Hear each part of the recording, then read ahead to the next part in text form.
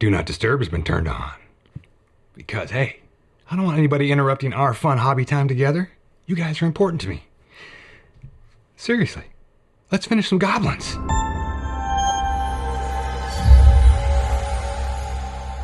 Greetings, good humans, and welcome to Tabletop Alchemy, where sometimes we do something that every YouTuber normally does. Every video, we finish some miniatures.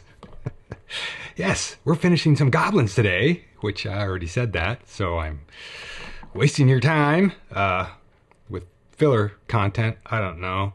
We also thank our patrons for supporting filler content that yours truly is well known for. This is it's not going well, is it? Let's see. I've got my cue cards on my phone here. Yeah, my notes, because I didn't write a script again. I haven't written a script, even though I've stared at this teleprompter, an empty black teleprompter, for videos and videos. I don't know when the last time is that I wrote a script. It must have been like 4 months ago. Okay, so yeah, we're gonna finish up the goblins here that we started last week.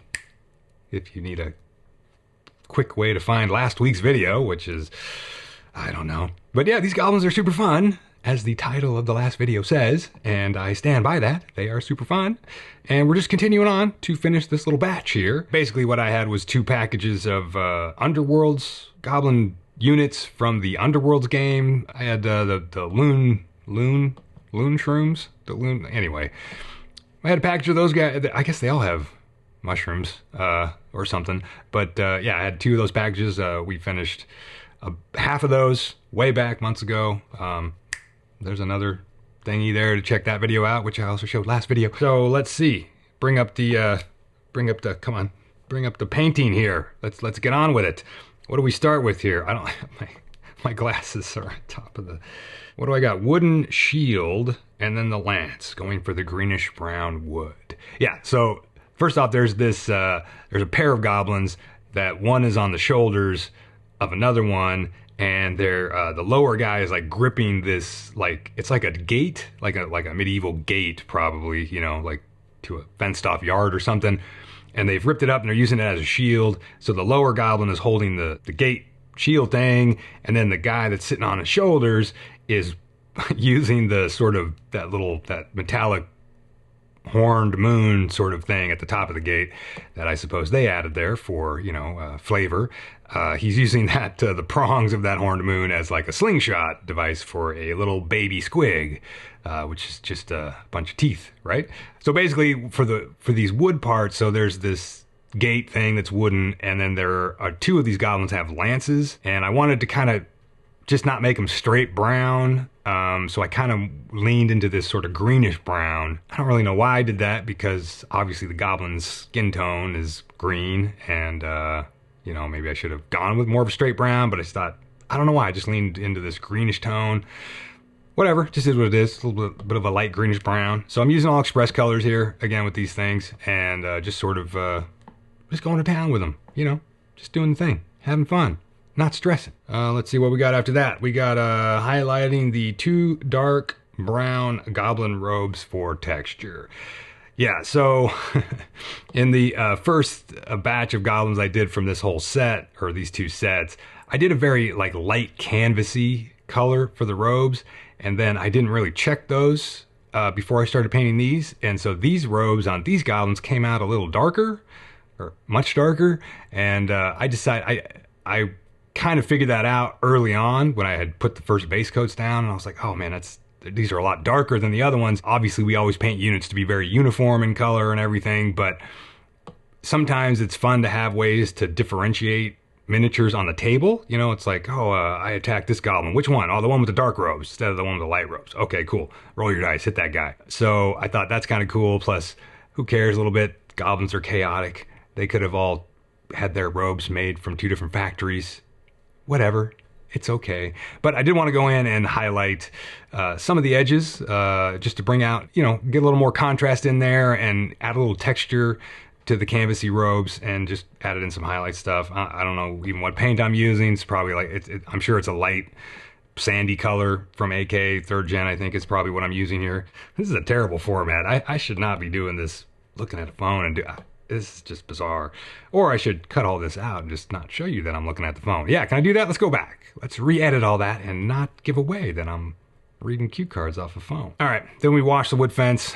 So obviously I'm washing the wood fence here just with some, I don't know, it's probably Agrax Earthshade, to be honest. I think actually what I did was I used Agrax Earthshade for the, and maybe even a little bit of the sepia, Seraphim Sepia at the top, and tried to gradiate down into, I think, Nuln Oil towards the bottom of the fence gate shield thingy. I'm just having fun. I'm just, slapping paint around. That's really what I'm doing. I am trying to stay within the lines, of course, but, it is what it is. Dark Express for the leather saddle, and I threw it on the hammerhead. You've got your palette going. I've got my palette full of stuff, and I had mixed up sort of a greasy black express color along with a little bit of brown into it, and I had used that earlier. This is all continuous with the stuff from the last video. So I still had live paints in the palette that were still usable, and I had used this concoction here to paint some of the gloves and leather bits on the goblins, and I used 2 coats to darken them up. And so I just thought, well, I'll just throw some of this onto this saddle thing that's on this squig. So I threw that on there, and then I did want to differentiate the hammer head that's on the guy's lance, just to really kind of take it away. It's still a woody color, but I didn't want it to be, I wanted it to contrast more with the greenish brown wood of the lance itself, and that's why I added some of this. You just got stuff in your palette, and you're just like, oh no, I can just add this here and add it there. It's like, whatever, you're just kind of adding some cohesiveness across the range of miniatures, right? If you use the same colors here and there, even if it's not like the same articles or details on the models, there's just a subliminal sort of cohesiveness that comes out of using the same colors. It's just fun and easy sometimes where you're just like, there's an extra pool of stuff, it's ready to go. Let me just grab some out of that palette and throw it on something. Magenta for the potion bottle, and then added that color to the wraps for the lances, yeah, to sort of pop. This guy, who's one of my favorite characters, sculpts in this whole range, are Goblin Fanatic, who's standing on top of his Morningstar, just getting drunk before he goes into battle.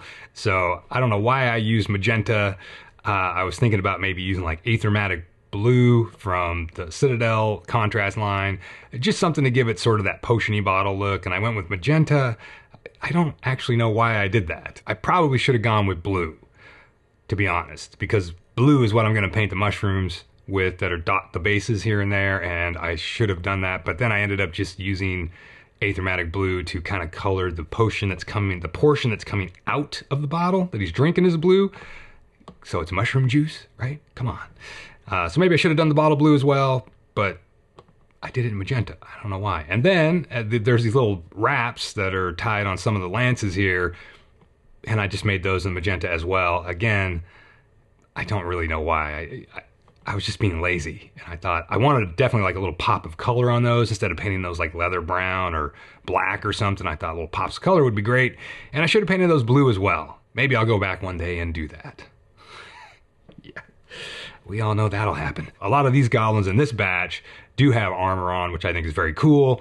I love the sculpt of the armor itself, the shapes and everything. And I just went in with the Vallejo metal color, steel color. It's one of the darker metallics that they have. These Vallejo metal color bottles of paint are formulated, they're very thin. They're formulated for airbrushing. So they brush on very nicely, but they do separate very quickly. Most of the color is in the liquid part, and then there's the particulates of aluminum or metallic, whatever they use. They're not using mica for these particular paints. It's very shiny. It does separate really quick in the palette because they are so thin. But yeah, I went in for this darker steel color, and of course we'll go and do a little bit of highlighting. You know, it's all the same stuff, and put a little rust and everything. That's always fun. I guess I didn't film myself putting the rust on. I used more Vallejo products for this. They have their special effects line of, you know, they've got like 10 bottles of different things called special effects. So they had a rust color and a light orange rust color and a corrosion color, which is like a darker brown. And I actually use those, and they actually do stain up really well on they're kind of like, consistency is like similar to express colors. They're thinner, but they have a lot of pigment, and they do work pretty good, and they dry really matte, which most of the express colors dry matte, not all of them, but most of them. All right, so then I got into the teeth, which there's a bunch of squigs, right? We've got 2 squigs on their own. One guy's got bones in his teeth. So they're mostly just, you know, squig body and teeth, right? Which is fun. It's a fun design.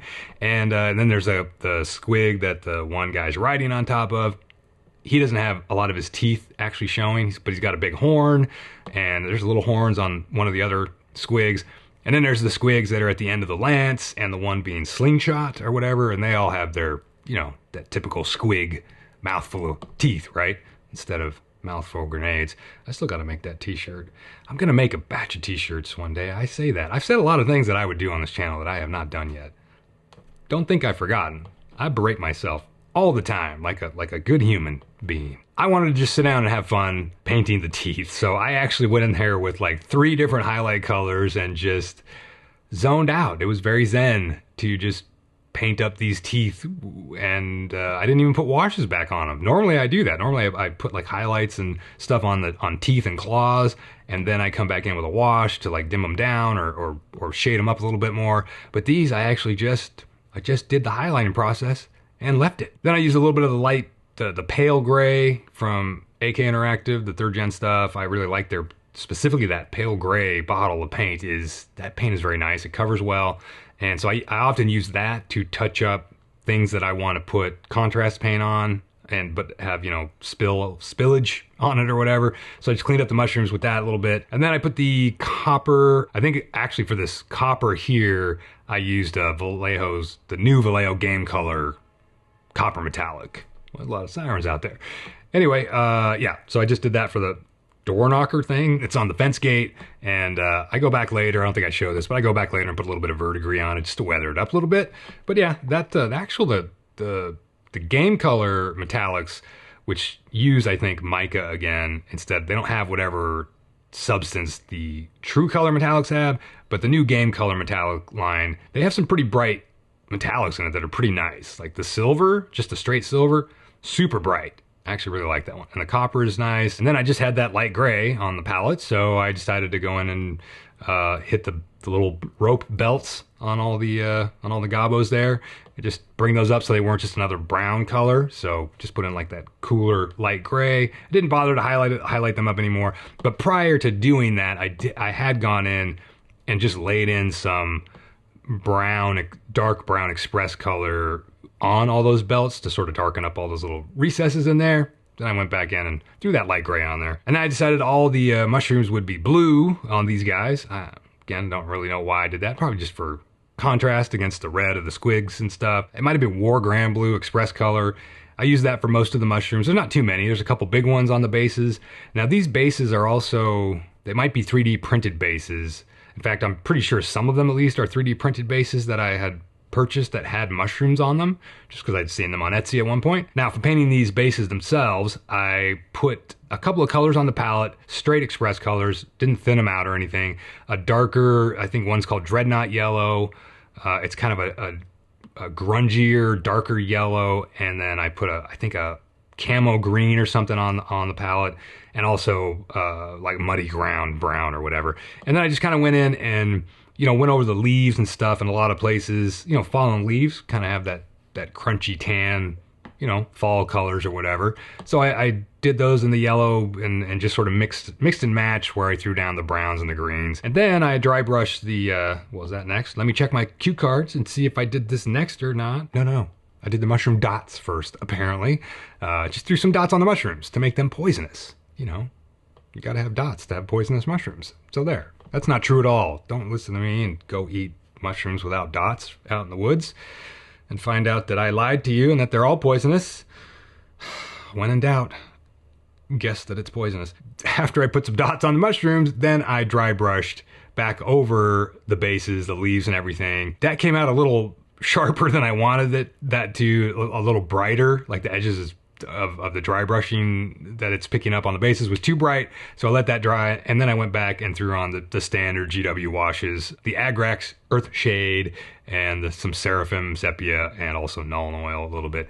Here and there, I use Nuln Oil like on the rocks and stuff, and then the other stuff, and also Athenian Camo Shade, which is one of my favorites, sort of the camo green color. I don't think I have this on camera, but I did go back in and touch up, not touch up, but added some red express color to some of the leaves here and there, just to give it more of that little fall, autumn sort of look to the bases. So here's all the guys finished up, and I did add a little bit of flocking to the one squig, the sort of captain squig, the knight, the goblin knight on the squig, since he was on sort of a third-party base that I had with the big log or whatever, and it just was kind of empty without some flocking. And yeah, they're all there. Yeah, it's a it's a whole little batch of goblins and squigs. They were super fun to do.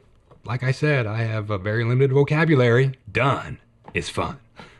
They're kind of speed painted, but not really. There's got to be a term for in between, like true speed painting and true taking time for tabletop standard. Something in between there. Tabletop standard plus, even though tabletop standard plus for me is probably everybody else's tabletop standard. Achievement achieved. No, achievement unlocked. I don't know what I'm unlocking. I don't know what I'm doing. I'm done. This is the end of the video. This is where my brain stops functioning correctly. See ya.